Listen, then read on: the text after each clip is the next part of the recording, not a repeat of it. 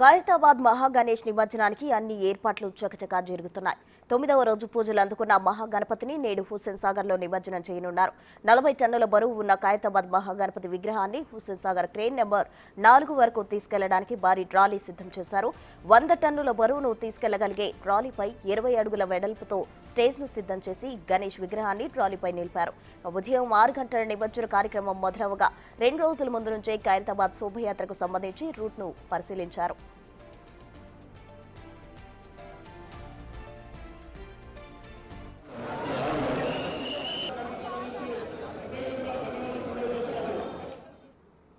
ఇక ఖైరతాబాద్ మహాగణేష్ నిమజ్జనానికి సంబంధించి మరింత సమాచారం మా ప్రతినిధి రాణా ప్రతాప్ అందిస్తారు. రాణా, చెప్పండి, అక్కడ ఏర్పాట్లు ఏ విధంగా ఉన్నాయి నిమజ్జనానికి సంబంధించి?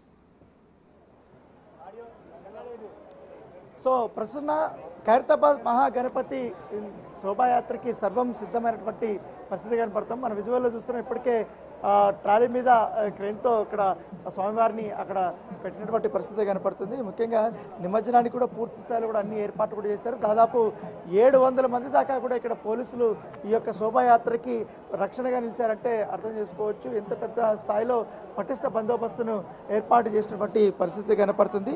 దాంతోపాటు ఈ ఏడాదంతా శ్రీ సప్తముఖ మహాశక్తి గణపతిగా భక్తులు పూజలు అందుకున్నటువంటి ఈ మహాగణపతి మరి కాసేపట్లో నిమజ్జనానికి రెడీ అయినటువంటి నేపథ్యము. అయితే చాలా ఆకర్షణలు కనపడుతున్నాయి ఈసారి. ఎందుకంటే సెక్యూరిటీతో పాటు ఇక్కడ కేవలం కొంతమందిని మాత్రమే అలౌ చేస్తున్నారు.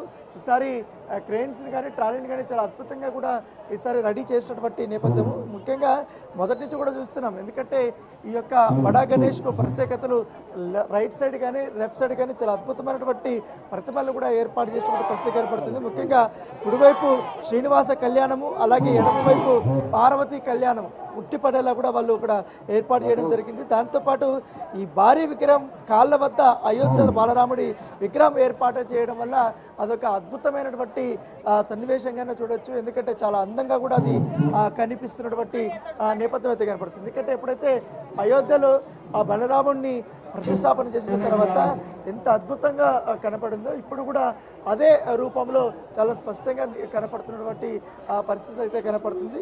దానితో పాటు ఈసారి మాత్రం ఈ ఏర్పాటుతో పాటు వాలంటీర్స్ వ్యవస్థని ఈసారి ఎక్కువగా యూజ్ చేసుకుంటారు. ఎందుకంటే పోలీసులు దాదాపు రేయింపవలు చాలా కష్టపడుతున్నారు. వాళ్ళ వల్లనే కాకుండా ఇంకా కొంతమంది వాలంటీర్స్ని కూడా వారు ఏర్పాటు చేసుకున్నటువంటి నేపథ్యం అయితే కనపడుతుంది.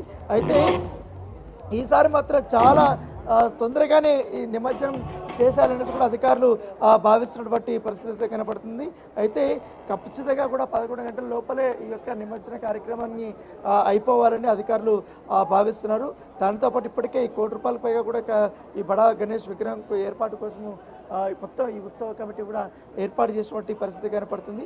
దాంతోపాటు ఏడాది కొల్లు తీరిన ఖైరతాబాద్ గణేష్ బరువు దాదాపు 40 టన్నులు 50 టన్నుల దాకా ఉన్నటువంటి నేపథ్యం. ఎందుకంటే పెద్ద ఎత్తున ఐరన్ కానీ పీచు కానీ మట్టి వినియోగం కానీ ఇవన్నీ కూడా జరిగాయి. అర్ధరాత్రి తర్వాత కూడా కలశ పూజ అనంతరం భారీ ట్రాలీపైకి ఖైరతాబాద్ గణేషుని వారు ఎవరైతే నిర్వాహకులందరూ కూడా పెట్టినటువంటి నేపథ్యం అయితే కనపడుతుంది. ఉదయం నుంచి కూడా ఇక్కడ ఏసీపీ కానీ డీసీపీ కానీ వీళ్ళందరూ కూడా వచ్చి ఇక్కడ భద్రతాపరమైనటువంటి ఏర్పాట్లు కూడా చేస్తున్నారు.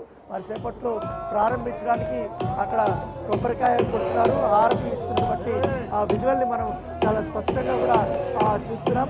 ఎందుకంటే కొంచెం ముందుకు కదపడానికి ప్రయత్నాలు కూడా చేస్తున్నారు. దాంతోపాటు మొత్తం 2.5 కిలోమీటర్ల దాకా కూడా ఈ యొక్క గణేష్ శోభాయాత్ర అనేది జరగబోతుంది. ముఖ్యంగా ఈ ఖైరతాబాద్ కానీ సెన్సేషనల్ థియేటర్ దగ్గర కానీ రాజదూత్ హోటల్ కానీ టెలిఫోన్ భవన్ కానీ తెలుగు తల్లి ఫ్లైఓవర్ కానీ సెక్రటేరియట్ కానీ ఎన్టీఆర్ మార్క్ వరకు కూడా ఈ శోభాయాత్ర జరుగుతుంది. ఎందుకంటే ఈ ఖైరతాబాద్ నుంచి సెన్సేషన్ థియేటర్ దగ్గరికి వచ్చే కొందరికి క్రౌడ్ అనేది పబ్లిక్ అనేది చాలా ఎక్కువగా పెరుగుతుంది. ఈ రాజదూత్ హోటల్ దగ్గర టెలిఫోన్ భవన్ దగ్గరికి వచ్చే కొందరికి మరింతగా పెరుగుతుంది. ఇంకా తెలుగు తల్లి ఫ్లైఓవర్ దగ్గరికి అయితే ప్రత్యేకంగా చెప్పాల్సిన అవసరం లేదు. వేలాది మంది మహాగణపతిని దర్శించుకోవడానికి వాళ్ళు ఎదురు చూస్తూ ఉంటారు. ఎందుకంటే ఇప్పటికే మంచి డీజే కానీ ఇవన్నీ కూడా ఏర్పాటు చేశారు. ఇప్పుడు ఈ పూజాకృతులు తారీఖులో అయిపోయిన తర్వాత ఈ యొక్క శోభాయాత్ర అనేది స్టార్ట్ కాబోతుంది. సో మొత్తం ఇప్పటికే మనకు ఈ ఎంటైర్ మార్కెట్ ప్రత్యేకంగా చెప్పాల్సిన అవసరం లేదు. 4వ నెంబర్ క్రేన్ ద్వారా కూడా నిమజ్జనం చేయడానికి సర్వం ఏర్పాట్లు కూడా చేశారు. మరి కాసేపట్లో ఇక్కడికి హైదరాబాద్ ఇన్ఛార్జ్ మినిస్టర్ అయినటువంటి పొన్నం ప్రభాకర్ వీళ్ళందరూ కూడా రాబోతున్నారు.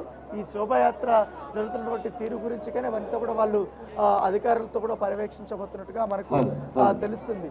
సో ఎటు చూసినా కూడా మనకు ఫుల్ క్రౌడే కనపడుతుంది మనకు. దానితో పాటు ఈసారి ఈ నేషనల్ సర్వీస్ స్కీమ్ కింద వాలంటీర్స్ని పిల్లల్ని కానీ వీళ్ళందరినీ కూడా ఎన్సీసీ స్టూడెంట్స్ కానీ వీళ్ళందరినీ కూడా ఈసారి బడా గణేష్ దగ్గర వీళ్ళందరూ కూడా ఏర్పాటు చేసినటువంటి సిచ్యువేషన్ దగ్గర మనకు కనపడుతుంది. సో నైట్ అంతా కూడా భారీ భద్రత అనేది ఇక్కడ ఏర్పాటు చేశారు. సో విజువల్లోనే మనం చూస్తున్నాం ఎంత అద్భుతంగా కనపడుతుందో. ఆల్మోస్ట్ ఇంకా క్రెయిన్ నుంచి క్రెయిన్కి సంబంధించి ఏవైతే ఉన్నాయో కట్టారు థాట్స్ కానీ అవన్నీ కూడా ఇప్పుడు అవన్నీ తీసేస్తున్నారు. సో ఇంకా మూమెంట్ చేయడానికి సో పూజలు అయిపోతున్నాయి కాబట్టి ఇంకా శోభాయాత్ర అనేది జస్ట్ ఒక 10 నిమిషాల్లో అనేది మనకు స్టార్ట్ కాబోతున్నటువంటి సిచ్యువేషన్ కనబడుతుంది. సో చాలా ఇంట్రెస్టింగ్ ఎలిమెంట్స్ ఈసారి ఉండబోతుంది. అయితే ప్రతిసారి మనం శోభాయాత్రలో చూస్తున్నాం ఫుల్ కలర్ఫుల్గా రెడీగా అవుతున్నటువంటి శోభాయాత్రలో ఈసారి పూర్తిగా డీజేని ఏర్పాటు చేస్తారు. ఇక్కడ డప్పులు కానీ ఇవన్నీ కూడా ఈసారి పెద్దగా పెట్టలేదు. కాకపోతే మొత్తం డీజేలో నుంచి వారు ప్లే చేయబోతున్నట్టుగా మనకు సమాచారం ఉంటుంది. దాంతోపాటు ఉత్సవ కమిటీ ఇక్కడి నుండి డాన్స్ వేసుకుంటూ వాళ్ళు వెళ్ళబోతున్నారు. అందరూ అన్ని రకాలైనటువంటి డిపార్ట్మెంట్స్ కానీ వీళ్ళందరూ కూడా పూర్తి స్థాయిలో కూడా ఇప్పుడు అటువైపు ఇటువైపు ఎక్కడ కూడా వెహికల్స్ రానికుండా వీరు ప్రత్యేకమైనటువంటి ఏర్పాట్లు చేసినటువంటి సిచ్యువేషన్. ఎందుకంటే ప్రతిసారి బడా గణపతి స్టార్ట్ అయిన తర్వాత కొన్ని రూట్స్ అనేది బ్లాక్ చేస్తారు. ఎందుకంటే వాహనాలకు సంబంధించి వాహనాలు పెద్దగా ఇటువైపుకు రానిటువంటి సిచ్యువేషన్. సో ఈసారి అట్లా కాకుండా బడా గణేష్ బయలుదేరినటువంటి ఆ ప్లేసెస్లో ఒక 5 నిమిషాల ముందు ఆపేశారు. కొంచెం మూవ్ అయిన తర్వాత వాళ్ళు ఇతర రూట్స్లో వాళ్ళందరినీ కూడా పంపించడానికి ప్రయత్నాలు చేస్తున్నటువంటి పరిస్థితి కనపడుతుంది. ఒక రోప్ను కూడా ఇక్కడ అధికారులు ఏర్పాటు చేశారు.